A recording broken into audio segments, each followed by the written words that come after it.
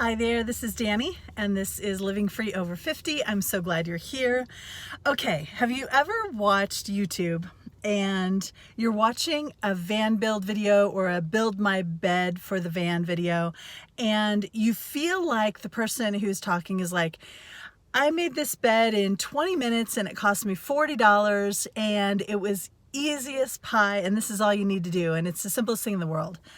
Or people have like industrial shelving that they'll just like buy at Home Depot, put together for their bed, and like they're done. Oh, I just threw in a few storage bins and put them upside down and threw my mattress on it, and it works great for my bed.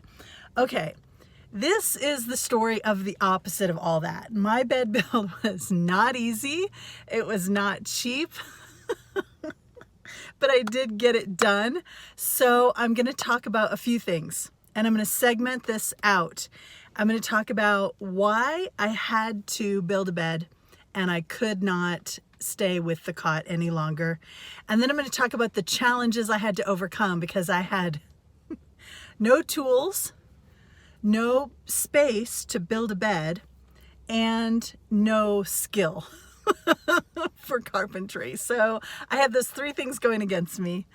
And so very challenging, almost maybe every challenge you could actually have. I had maybe on this bed, I don't know. But now that it's built, it's amazing. And I'm going to show you the whole thing. And so let's do this. So why the cot had to go. So if you have been watching any of my videos, you might know that I did love my cot for a lot of reasons. And I actually had two different cots. The second one I had was a Coleman Deluxe cot. And I had to get the Deluxe because of the weight limit, the weight requirements on the cots. So they have a regular cot and it's a normal size. And then if you go to the Deluxe, because you're heavier like me, then you have to get a bigger cot. This cot was literally like, I think 6 feet 6 inches long. And then it was at least maybe 31 inches wide.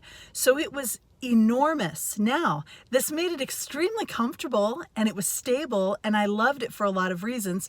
The cot comes with the material, it comes with springs attached to the frame, and then it has like a 1-inch foam. It was extremely comfortable. I did like it for a lot of reasons, but it had to go. Here's why. It was also very cost effective. This cot only cost me like $80 or $90. It was great for a while. Anyway, here's why it had to go. Number one that I just mentioned is the size. When you're in a minivan, you have to conserve every inch you can. And that bed took up so much room. The very back of my van, I have had that third row of seats removed. So there's this big space and it should be all for storage, but it wasn't when I had the other cot because the cot extended. It would not, there was no way to move the seat up far enough to get the whole cot in the back without going into that extended part of the van. And so it was just a big mess. It took up a lot of my storage area back there, storage. So it took the storage in the back. It also took the storage on the sides and just the open space and the walkway, because 31 inches. At my narrowest point, the back of my van is 48 inches. So that cot was 31 of the 48 inches. It didn't leave me a lot of room.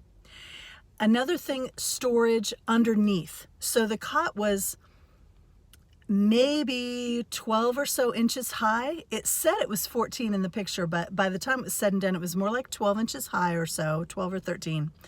But then after I had laid on it and slept on it, and when I would sit on it, of course it's on springs, and so it's meant to give and take, and it would sink down. Well, it made it comfortable, but it also made it bad for storage because there wasn't much storage I could really fit underneath, because if I would sit on part of the cot, then it would sink down and my bottom would touch whatever was being stored underneath it. So it cut down on my storage. So again, in a minivan, every inch counts. So the main reason I had to do it was storage. The secondary reason is whenever I'm doing anything in my van that requires me to sit up, like maybe read a book or journal or do a YouTube video, anything like that, I have to sit in the driver's seat, because usually I have stuff in the passenger seat that I need it for storage. I need that for room. I'll put my cooler, some things up front. And then there's no comfortable place to sit. So if you're sitting on a cot in the back, there's no support for my back. So it was comfortable, but I would kind of droop over and I would slouch, and it wasn't comfortable. My back was not supported. And even if I put a nice piece of foam or some firm pillows behind me, it was still at 31 inches wide. It was so big that it just wouldn't accommodate a nice firm backrest for me. So that's another reason the cot had to go. So the cot's gone. I'm building a bed, and let me tell you about the saga and the challenges and how we solved them in the next segment. Hold on one second. I want to introduce you here to Hammer Space Community Workshop. This place really saved my bacon and made it possible for me to do the bed build. This helped with all 3 of my challenges. Number 1, they had the tools I needed. Number 2, they had the space that I needed to work on the project. And number 3, they even gave me the training that I needed on each of the tools I needed to use. They do it for safety purposes, of course, but for me, it was the training that I needed. I grew up and my dad was a carpenter, so I've seen people do a lot of cool things, but I had never really done the work myself. I was very young when my dad was doing that work, and I never got to actually use the tools myself.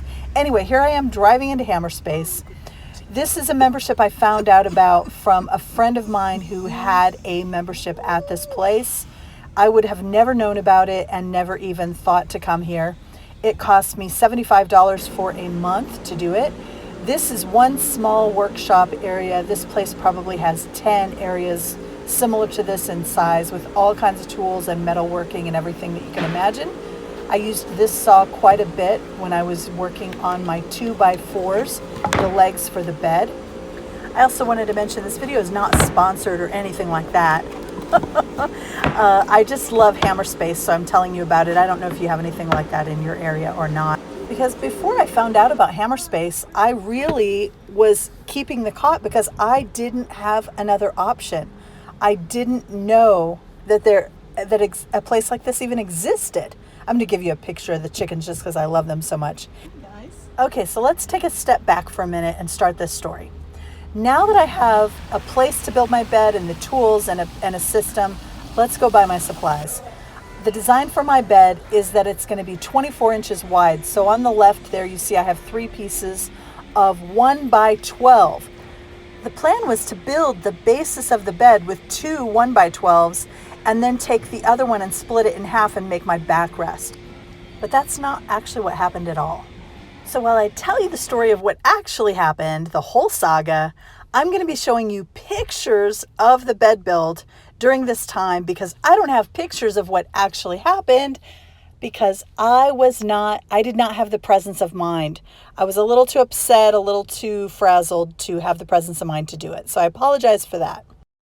I laid out my 2 1x12s side by side to make my 24-inch wide bed. I realized that a 1x12 is not necessarily actually a 1x12.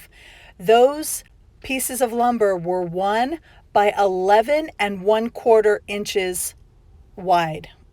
So that made my bed 22.5 inches. Now, I had already determined that 24 inches was the most narrow bed I could possibly do and get by with it because of my size and everything. I needed at least that.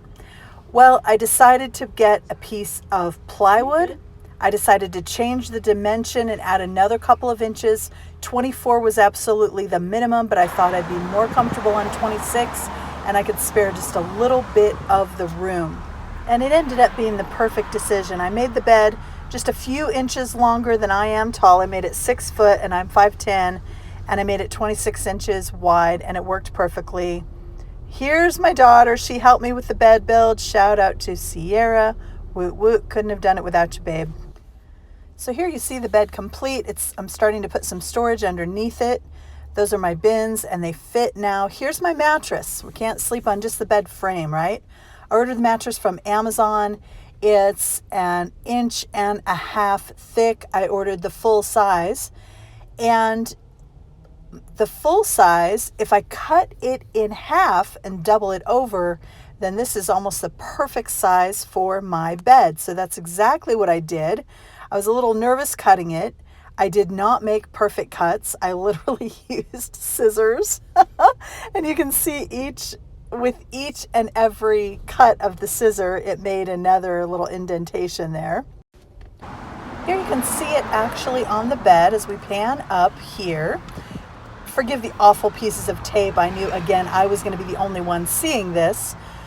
So each piece of this foam is 1.5 inches. So it came as, it was sold as 3-inch foam. So the top, the blue and the orange, is 3 inches, and the bottom, the orange and then the blue, is 3 inches, which gave me 6 inches total. And this is what it looks like with my sheets on. So the saga is complete, and I want to tell you thanks for watching. Here's the chickens. Bye, chickies.